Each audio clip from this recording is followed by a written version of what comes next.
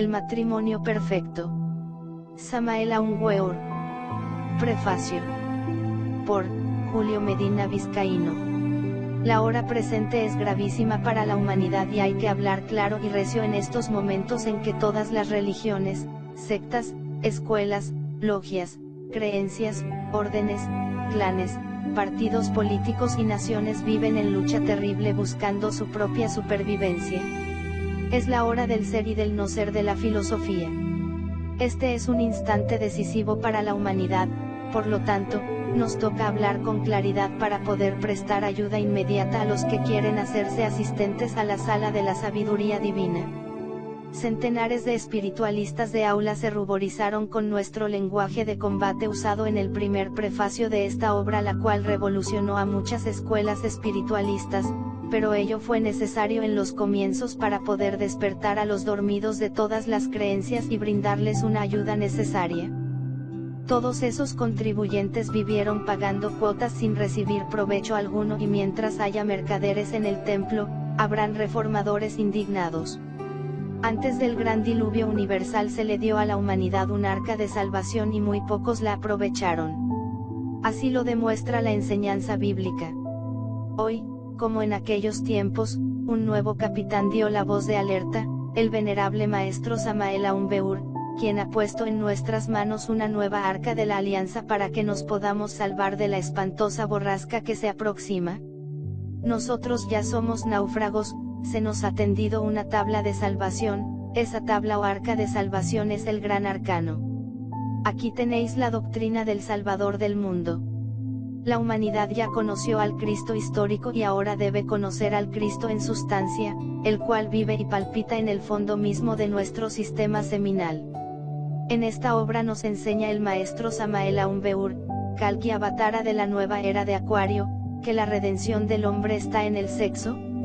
Nos habla con asombrosa claridad de los grandes misterios del sexo, nos muestra en todos los libros sagrados de las grandes religiones del mundo, cómo allí se encuentra en forma muy velada esa gran sabiduría. Con Biblia en mano nos demuestra esta grandiosa sabiduría, nos muestra cómo ese libro sagrado, que es una joya de ciencia oculta, principia en el Génesis hablando del sexo y termina en el Apocalipsis hablando del sexo. Y hoy, todos aquellos valerosos que hicimos caso omiso a los metemiedos y que nos pusimos pacientemente a practicar todas las enseñanzas que Él nos está dando, damos fe de la maravillosa transformación que hemos logrado en todos los campos de la actividad humana y de las maravillas que hemos descubierto dentro de nosotros mismos, y deseosos de corresponder al Maestro los beneficios recibidos con su majestuosa sabiduría que de gracia hemos recibido, no podemos menos que ayudarle en la gigantesca obra que hoy pesa sobre sus hombros, como es la de abrir la era de Acuario, que será totalmente espiritual. La mujer es la vestal del templo divino, nuestra esposa sacerdotisa es la vestal de nuestro templo interno, el hombre es un sacerdote que oficia en el templo del amor. La sacerdotisa prende los fuegos sagrados, esos fuegos son enteramente sexuales. Nuestra propia esposa sacerdotisa es el mismo Atanor que tanto buscaron los alquimistas y luego enseñaron con suma cautela, porque la humanidad no estaba madura para recibir esa sabiduría. Con la muerte de Jesús, el Cristo, se rasgó el velo del templo, ahora, con la venida del avatar de Acuario se abrió de par en par ese velo y la presente humanidad podrá conocer los profundos misterios del sexo. Con estas fuerzas se hace un coloso y con ellas podrá despertar las maravillas que tiene dormidas o encadenadas, en la misma forma en que hoy la ciencia materialista ha despertado las terribles fuerzas del átomo y conseguido el progreso material. Se necesitó que el hombre presenciara todas estas maravillas y así rompiera todos sus tabúes y se hiciera asequible para las nuevas conquistas. El matrimonio fue constituido por nuestro Señor el Cristo. A Él pertenece la sabiduría del amor y hasta ahora el hombre no lo ha comprendido, apenas sabe gozar de algunas de sus manifestaciones. La sabiduría del gran arcano permaneció oculta por muchos siglos, no se pudo hablar de ella con tanta claridad, pero hoy nosotros la vertimos aún con más claridad para que en el lector no exista duda alguna. En el campo físico, a las distintas combinaciones de la materia se las llama química, en ocultismo o esoterismo, cuando una materia se transforma en otra se le llama transmutación, o sea cambio de forma, por ejemplo, el cambio que sufre la hierba o pasto cuando pasa por el estómago de la vaca y sale transformada en leche. Eso es alquimia. El hombre actual tiene conocimientos exactos del poder germinativo de la semilla o simiente, públicamente habla de todas las simientes menos de la simiente humana, porque ese es el punto neurálgico del cual no se puede hablar porque libera al hombre de la esclavitud y del esclavo viven todos los amos. Hay dos clases de doctrinas, la doctrina del ojo y la doctrina del corazón. La doctrina del corazón se nutre del amor y nos enseña la sabiduría de la transmutación o castidad científica. Esa sabiduría de la castidad se conoce en el cuerpo de la doctrina católica cristiana con el nombre de no fornicar y constituye el sexto mandamiento de la ley de Dios. La doctrina del ojo se nutre de teorías y enriquece al intelecto, la una nos conduce a la sabiduría humana y la otra a la sabiduría divina. La una nos convierte en buscadores de la sala y la otra en asistentes a la sala de la sabiduría divina. Un cuerpo de doctrina nos animaliza, el otro nos diviniza.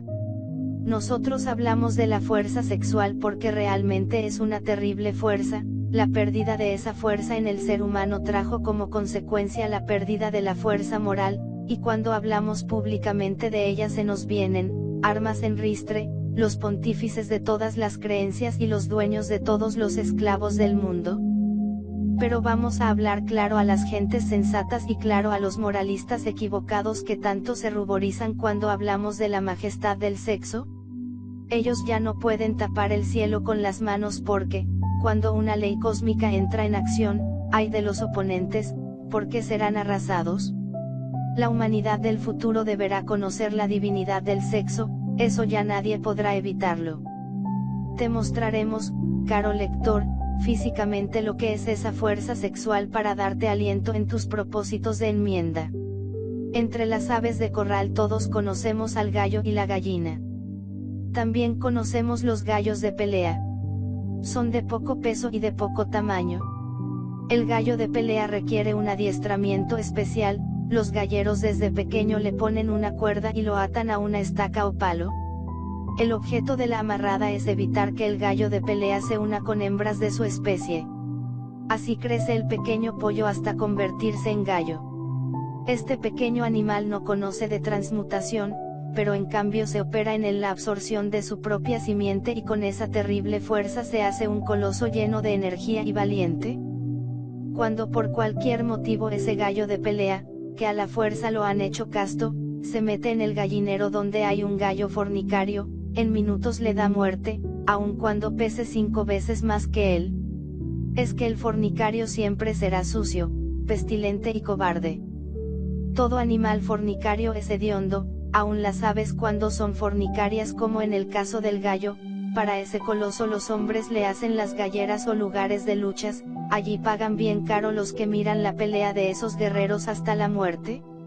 Los toros de lidia desde poca edad son separados de las hembras, ellos se hacen adultos sin tocar hembra, allí se opera también la absorción de su propio semen, porque esa bestia no conoce de transmutación que es capacidad del ser humano, de manera que aun siendo un acto enteramente animal, el beneficio que recibe aquel macho no tiene igual, se cría con una bella estampa, lleno de fiereza y agilidad, su pelo brilla y su costo supera al novillo de mercado, los hombres le construyen circos que valen millones y cuando lidian a uno de esos colosos, las gentes pagan lo que les pidan por verlos morir como valientes. A los caballos de carrera, se les llama potros y potrancas porque jamás los juntan con yeguas o caballos. Esta bestia tampoco conoce de transmutación y solo opera en ellos la absorción de su propia simiente, es decir, un acto enteramente animal similar al de la eyaculación, y sin embargo, la bestia se embellece, su pelo brilla, su estampa es colosal. Los grandes criadores saben que el caballo pierde su materia seminal con la erección y entonces le ponen en el glande o cabeza del pene, un aro de plata que evita que el animal llegue a la erección y por consiguiente, pierda su materia seminal. Esto lo tienen los grandes criadores como un secreto indecible. A estos colosos, que a fuerza les hacen no perder su simiente, los hombres les construyen costosos hipódromos donde se cobran grandes sumas para poderlos mirar, y millones de hombres en el mundo están pendientes de sus favoritos y hacen apuestas colosales. Todo ello es obra de esa terrible fuerza sexual, que nosotros estamos empeñados en que no la pierdan los buenos y mansos que viven botando lágrimas, porque no saben que son dioses en potencia. Si los hombres supieran lo que van a perder cuando van a fornicar, en lugar de ir riendo irían llorando. Así nos ha dicho el venerable maestro. Para entender esto veamos lo que le pasa a un animal cualquiera. Tomemos al caballo del cual estamos tratando. Cuando este animal dura tan solo una noche en connubio con una yegua, al día siguiente no rinde trabajo, se llena de sudor y no puede con un hombre que pesa 8 veces menos que él. El caballo, como animal que es, produce fuerza, y si con el solo contacto de una noche pierde su fuerza, ¿qué no acontecerá con el ser humano que queriendo sobrepasar a la bestia se junta todas las noches? El hombre produce fuerza moral, pero esta fuerza también se pierde con la fornicación. He ahí por qué hay tanta irresponsabilidad moral y los señores moralistas fornican en privado y escriben libros y nuevos textos sin saber dónde es que se encuentra el mal. Si un solo espermatozoide tiene el poder de crear un cuerpo tan perfecto como es el del ser humano, ¿qué no haremos nosotros con los millones que nos reservamos para darnos luz y sabiduría a nosotros mismos? Hoy millones de hombres están cayendo ciegos al abismo y esos ciegos se guían unos a otros pero siempre en dirección al abismo. Los hombres buenos de todas las creencias solo son sombras buenas, pero sombras, porque les falta la luz crística que vive y palpita en el fondo mismo de nuestro propio sistema seminal. Esa luz interna nos conducirá algún día hasta el Padre muy amado. El Cristo nuestro Señor nos dijo: yo soy el camino, yo soy la verdad, yo soy la vida. Conoce, caro lector, el esoterismo crístico, agárrate de esta tabla de salvación y no cambies, como Esaú, los derechos de la progenitura por un plato de lentejas, porque los tiempos del fin han llegado y no hay tiempo que perder.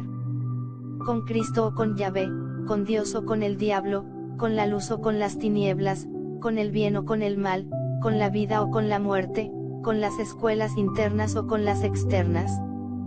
Con Samael a un beuro contra él. A la batalla, a la batalla, a la batalla. Sumum Supremum Sanctuarium. Agosto, 7, 1961. Maestro Garga Cuichines. Julio Medina Vizcaíno.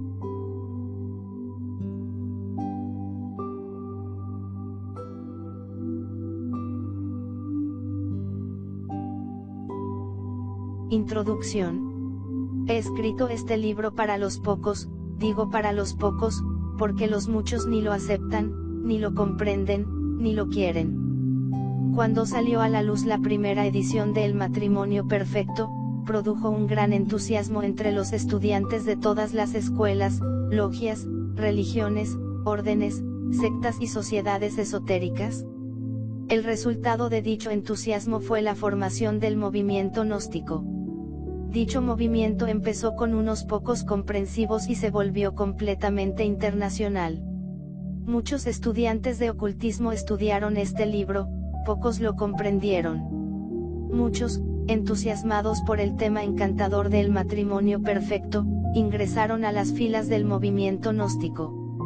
Se pueden contar con los dedos de la mano aquellos que no se salieron del movimiento gnóstico. Muchos juraron lealtad ante el ara de la gnosis, pero en realidad de verdad, casi todos violaron sus juramentos. Algunos parecían verdaderos apóstoles, que nos parecía hasta un sacrilegio dudar de ellos, pero a la larga tuvimos que convencernos con infinito dolor, de que también eran traidores. Muchas veces les bastó a estos falsos hermanos leer un libro o escuchar a un nuevo conferencista llegado a la ciudad, para retirarse del movimiento gnóstico. En esta batalla por la nueva era acuaria que se inicia el 4 de febrero de 1962, entre 2 y 3 de la tarde, tuvimos que aprender que el abismo está lleno de equivocados sinceros y de gentes de muy buenas intenciones. El matrimonio perfecto y el Cristo cósmico constituyen la síntesis de todas las religiones, escuelas, órdenes, sectas, logias, yogas,